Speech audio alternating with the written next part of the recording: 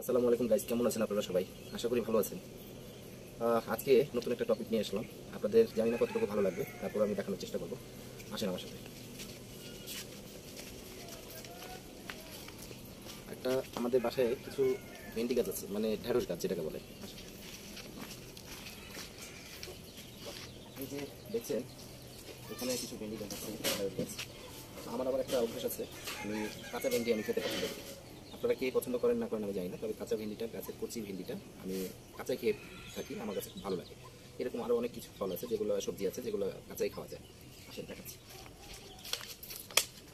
এদিকে ধরো ক্যামেরাটা, মোটামুটি এখানে অনেক কিছু ভেন্ডি ছিল। এর আগে আমি উঠায় এর আগে আমরা রান্না করে খাইছি, এটা আমার বাসায়। তো মোটামুটি একবার খাওয়া হয়ে গেছে, এবার দ্বিতীয় স্টেপ। তো আজকে মন চাইলো একটা কাঁচা ভেন্ডি খেতে, তাই মানে আপনাদের সাথে একটু শেয়ার করবো।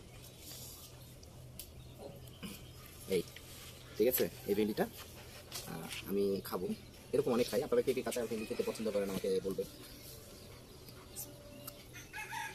হুম, আসলেই খুব মজা। আপনারা ট্রাই করে দেখবেন, যারা না খেয়ে থাকবেন তারা একবার হলেও কচি ভেন্ডিটা খাবেন, খেয়ে ট্রাই করে দেখবেন যে আসলে কিন্তু, আর কাঁচা ভেন্ডিতে কিন্তু অনেক উপকার। ঠিক আছে, অনেক স্বাদ সত্যি।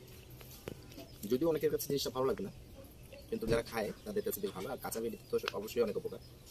তো যাই হোক, এরকম যদি এভাবে কাঁচা খেয়েই ফেলি, আমার বাগান পরিষ্কার হয়ে যাবে। কাঁচের দরকার নাই, জাস্ট একটা খেলাম, আপনাদের সাথে শেয়ার করলাম। তো বাকি নেক্সট এপিসোডে দেখা হবে। আল্লাহ হাফেজ।